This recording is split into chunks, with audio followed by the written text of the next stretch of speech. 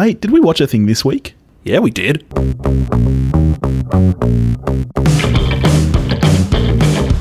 Hello, everybody, and once again, welcome back to We Watched a Thing. You got Billy here, and as always, I'm joined by Toph. How you doing, buddy? Very well, sir. How are you? I'm excellent. Any fitter I'd be... Actually, that's not true. I've been sick as a dog. Yeah, you're still sick. I'm really sick. Get away from me. Which brings us to our next point, where we didn't watch Hellboy. No, we did not. For multiple reasons. I mean, I wouldn't have been able to get out to the cinema in my condition anyway. And we were scared off by reviews that were supposedly atrocious. I mean, its Metacritic score is 4 less than Venom. So, well, Venom wasn't bad. You might have thought it was. I might have loved it. Only pretty good. Yeah, so we did promise we were watching Hellboy last week. We lied. That didn't happen. We lied. What did we watch instead, mate? We watched Brie Larson's directorial debut, Yes. Unicorn Store. Store of Unicorns. Yep. Which she made a couple of years ago and was floating around some festivals. Is that a true fact? Yeah, it didn't get picked up for theatrical release, but Netflix was like, we'll have it. That's interesting. I just assumed that she made it as a bit of like a side project while filming Captain Marvel, and that's why Sam Jackson was kicking about. That was my first thought, but I think it was actually made in 2017. That's amazing. So how they got Sam Jackson is... That's legit amazing. Unicorn Store, you are correct. 2017 American fantasy comedy film directed and co-produced by Brie Larson in her featured debut. From a screenplay by Samantha McIntyre, it stars Larson, Sam Jackson, Joan Cusack, Bradley Whitford, Karan Soni, Mamoudou Athie, Mary Holland, and Hamish Linklater. What an absolute delight to see Whitford and Cusack there together. I know. I mean, they're just such great people. To see them there as a couple was pretty magical. Anytime they were on screen together, I was just like, I'm so happy. I know. In a movie that's literally about buying unicorns, the most magical thing on screen is Bradley Whitford and Joan Cusack. I love Joan Cusack. She's just a miracle, isn't she? Like, granted, her screen time in High Fidelity is about 90 seconds. It's Oscar. Definitely. It should have had an Oscar. Yeah, it's one of the best short performances in a film ever. You fucking asshole! All right, let's get into this film, though. Straight up, what did you think? Straight up, I thought, wait, if this is in 1990, then she'd be younger than this. I still have those moments where I don't realise how long ago 1990 was. Oh, you mean the footage of her as a baby? Yeah. Exactly. But then I was like, no, that checks out. Yeah, she's younger than us. And 1990 was now... No, it's not 10 years ago anymore. 29 years ago, my friend. Damn it. Long time. But what did I think of it broadly? I enjoyed my time on the couch. Yes, it's an interesting thing for me. I think with this movie, I both enjoyed it more than I should, while simultaneously not enjoying it as much as I thought I did. Okay. I know that's you are strange. An enigma wrapped in a riddle, my friend. Wrapped in a lot of fat. Yes. Yeah, I really enjoyed this movie. And I don't think it's a great movie, though, in a lot of ways, which is why I say that I think I enjoyed it more than I probably should. At the same time, I'm a sucker for indie films. I'm a sucker for surrealist films. And I think I was expecting it to lean into that a little bit more. Like, this is not Charlie Kaufman and Michel Gondry. I shouldn't have been expecting, like, Eternal Sunshine or Being John Malkovich or something really kind of out there like that. But I think just from the premise, I thought it would be less grounded in reality than it was, which kind of... So there were moments I didn't love just due to the fact I think I was expecting more. And maybe you're on a similar wavelength here, that I enjoyed the minute-to-minute experience of watching the film more than what I think, like, that goes beyond how good I think the movie is. Yes, I agree. Yeah, definitely. But straight off the bat, I think it was a really good film and a strong directorial debut. Yeah, I agree with that. Yeah. It's funny that, like you mentioned before, indie production, I'm not sure what the budget was on this, but we can assume it wasn't a huge production, given that it's a... I don't know, quirky is not quite the right word, but it's a little, kind of offbeat indie thing. So let's assume it didn't have a massive budget. One of the things now with the accessibility of truly excellent cameras is that indie films don't look like indie films anymore. When you have something like Frances Ha, which looks like an indie film, I think there's actually something advantageous about that. Like, I'm watching it and I'm like, and this is a weird thing to think. I'm sitting there going, because it's a really good looking film. And It's a great looking film. The cinematographer on this project has done some big things. Yeah. And I'm sitting there going, I think this movie looks too good. I agree. I think the cinematography is fantastic. The lighting, just the color palette in general. I think there's a lot of strong visual elements there that are stronger than other elements of the film. And I agree. I think going for more of that. Let's look at Clerks. I was about to say, look, it doesn't need to be Clerks, but. And I think that is where Kevin Smith has actually been quite smart. If you look at, for example, Clerks 2, he's gone in between there. He's beyond the Clerks budget now. He doesn't need to sell his comic book collection. But he hasn't made Clerks 2 look like, for example, Cop Out. He's very specifically kept it to an indie look, which is a really smart thing to do. And I think you're right. I think it would have been advantageous in this scenario if they'd done something similar.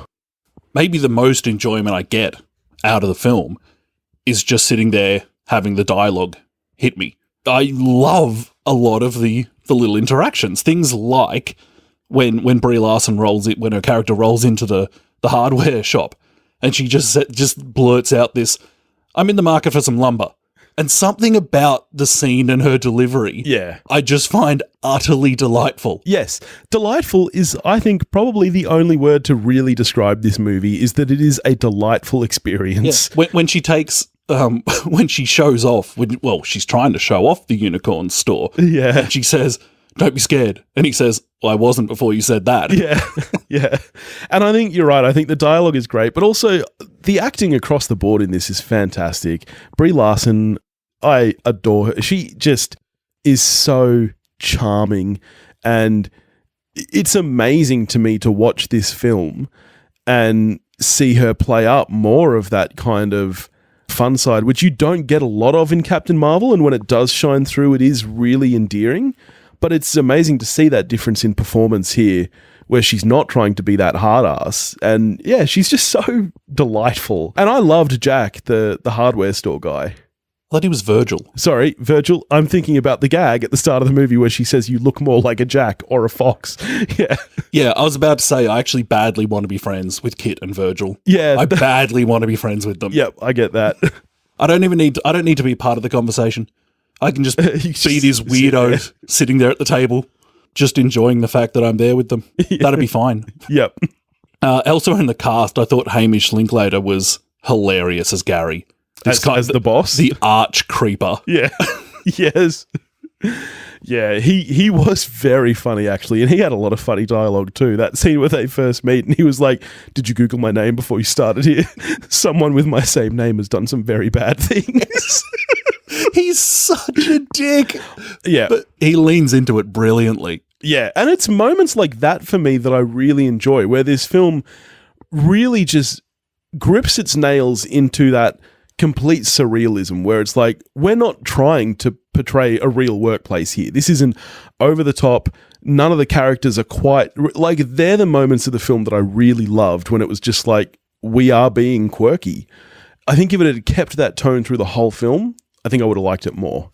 It reminded me a lot of, have you seen the Australian film The Rage in Placid Lake? I haven't. It's a great movie, and it reminded me a lot of that in tone and stuff. That's another kind of quirky, surreal film where he's a dirty hipster. His parents are both dirty hipsters, and to rebel, he goes and takes this job at similar to what Kit does at like a temp agency, and it's very funny. Ben Lee told a friend of mine that he was talking about learning to ride a motorbike for the film, and then he saw the film and saw Ben Lee on a scooter and was like, "What the fuck is this, Ben?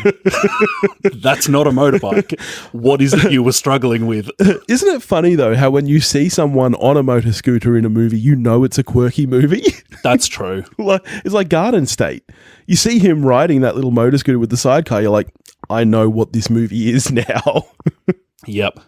Really, that was just a story about the fact that I've got 1 degree of separation from Ben Lee. Yeah, I knew what you were doing to show off. Does that mean that you're only 2 degrees of separation from Claire Danes? Quite correct. Yeah.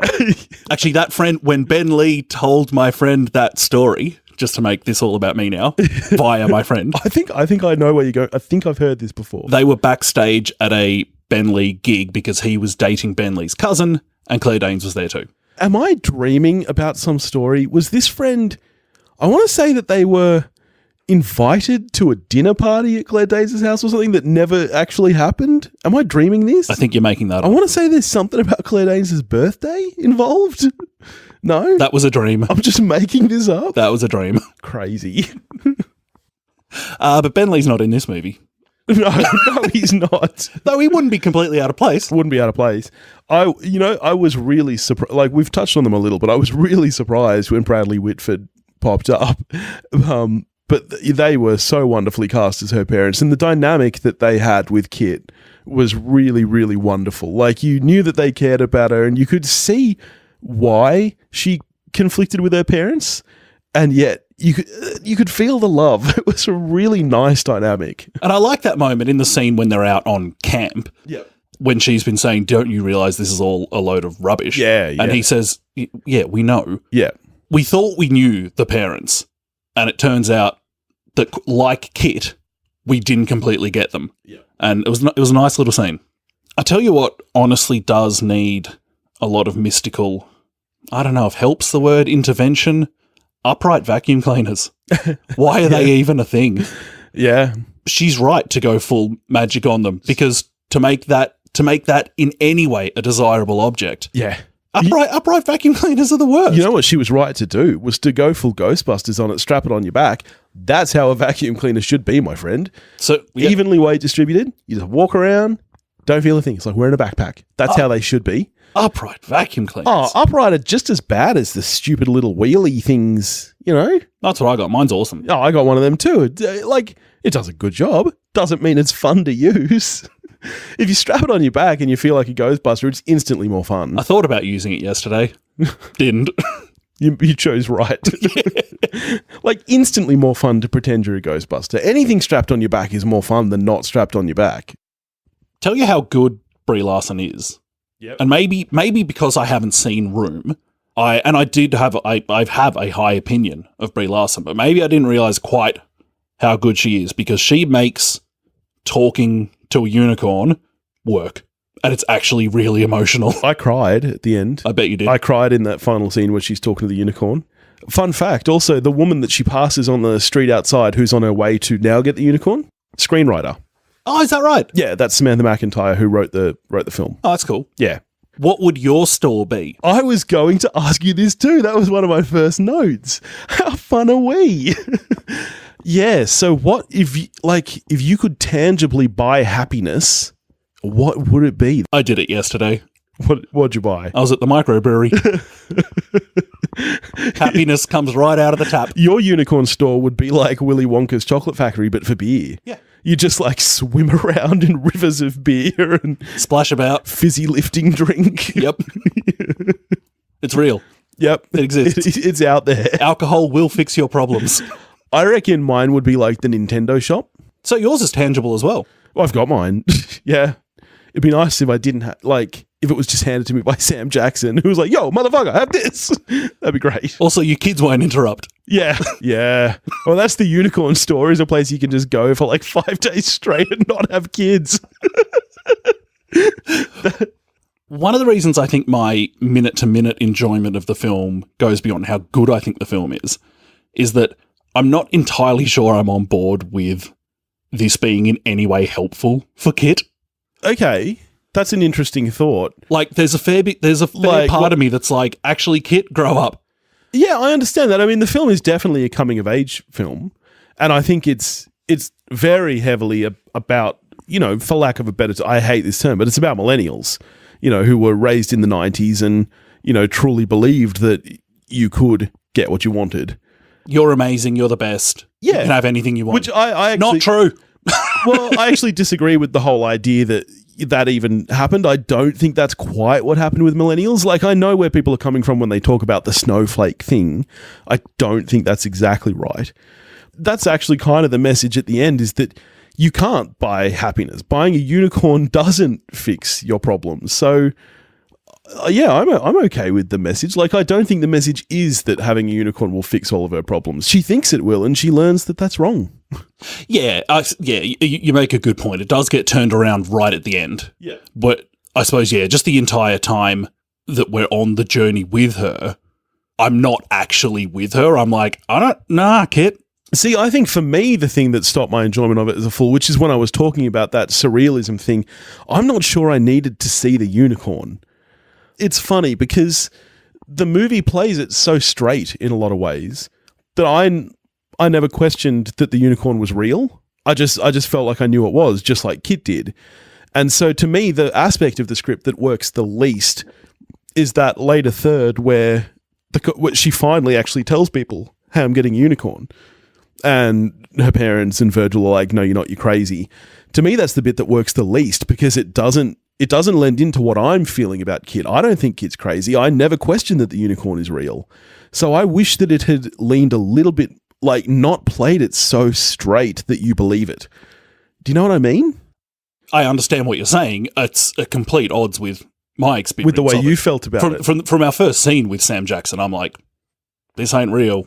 That's crazy to me. I never took it remotely literally. See, but maybe it is just because I find it easy to invest in those surreal universes because I love them. So, like I was saying before about, for example, being John Malkovich, I never question whether or not they're inside John Malkovich's head. As far as I'm concerned, in the universe of the film, they are. And I just felt the exact same way here. I was like, well, it's a unicorn store. She's buying a unicorn.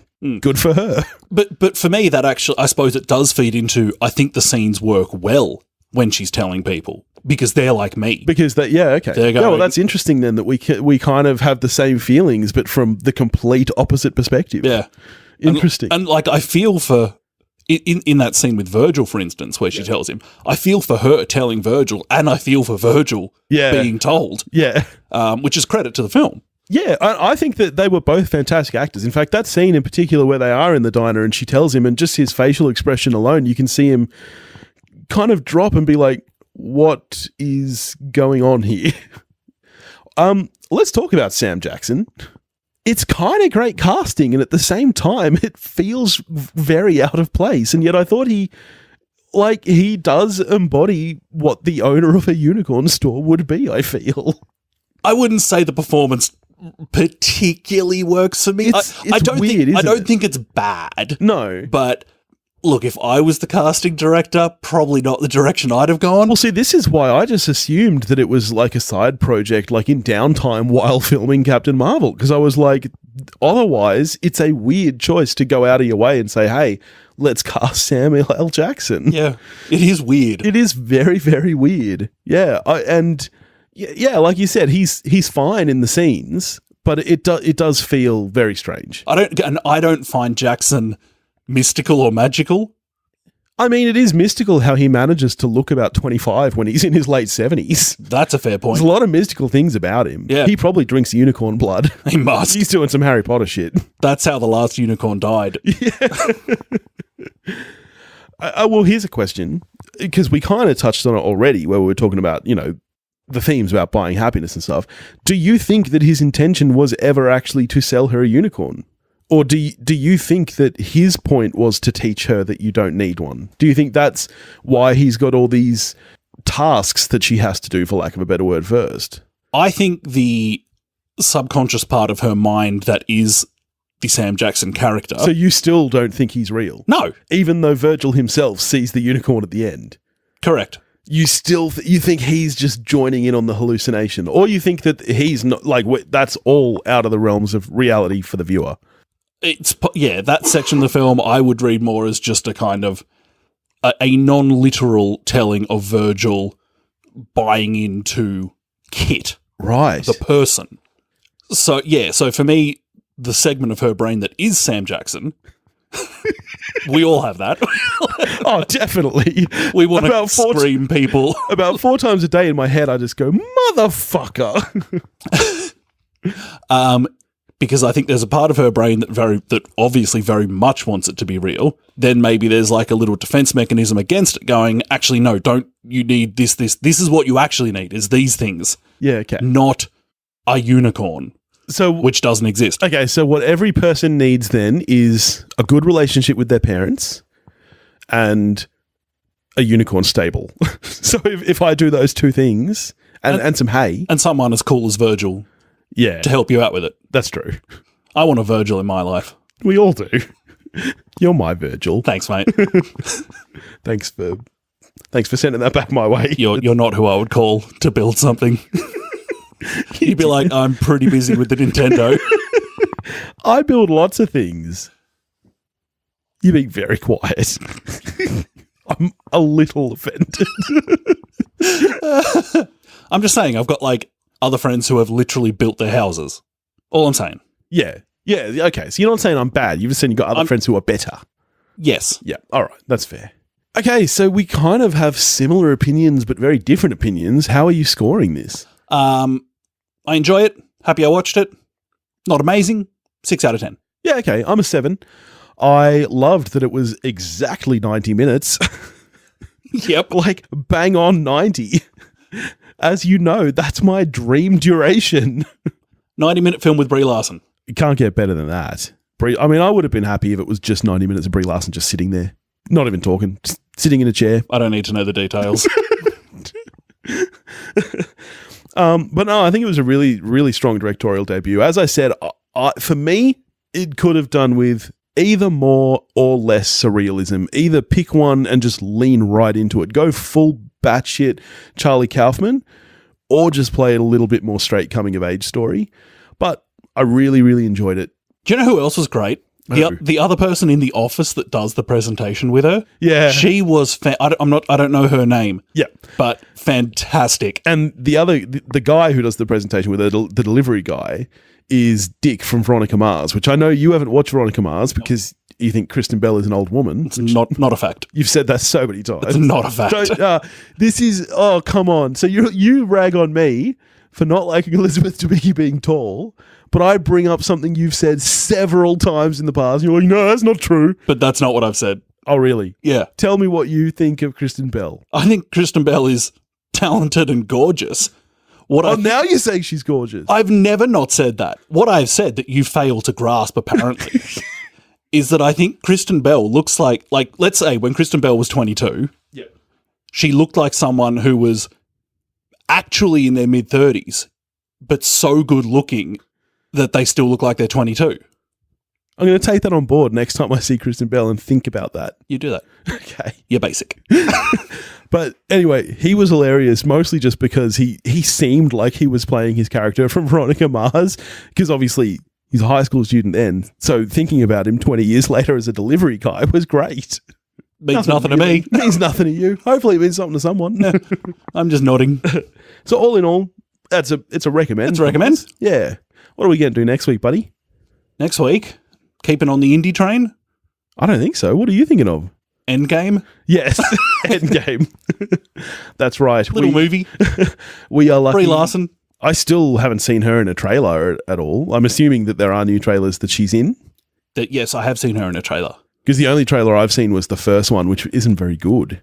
Yeah. I am excited, though. I'm not. Really? Yeah, I'm just not. Is that to do with the trailers that you've seen, or? Yeah, expectation of how good I think it'll be, and probably very real comic book fatigue. Okay. I don't think I'm going to not enjoy it, but I'm not pumped. Okay. So that's next week. Episode might be a little bit later than usual because we usually drop at midnight Thursday. We're seeing it Wednesday, but we'll record Thursday morning. So expect it sometime. You'll get it when you get it, people. You'll get what you get and you won't be upset. That's the dad in me coming out. All right. So that's next week. In the meantime, if you want to get in touch with us, you know that wewatchedathing.com or wewatchedathing@gmail.com. You can find us on Facebook, Instagram, and Twitter, all under the handle @wewatchedathing. If you want to help support the show, you can do that at patreon.com/wewatchedathing. And in the meantime, go watch a movie. It's my thing now. See ya.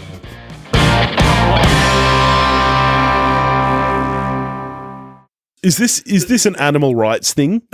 I couldn't give a shit about what happens to a make-believe animal. I stress make-believe. Boss just walked in. Hazards of recording at work. These people have no respect for us. No.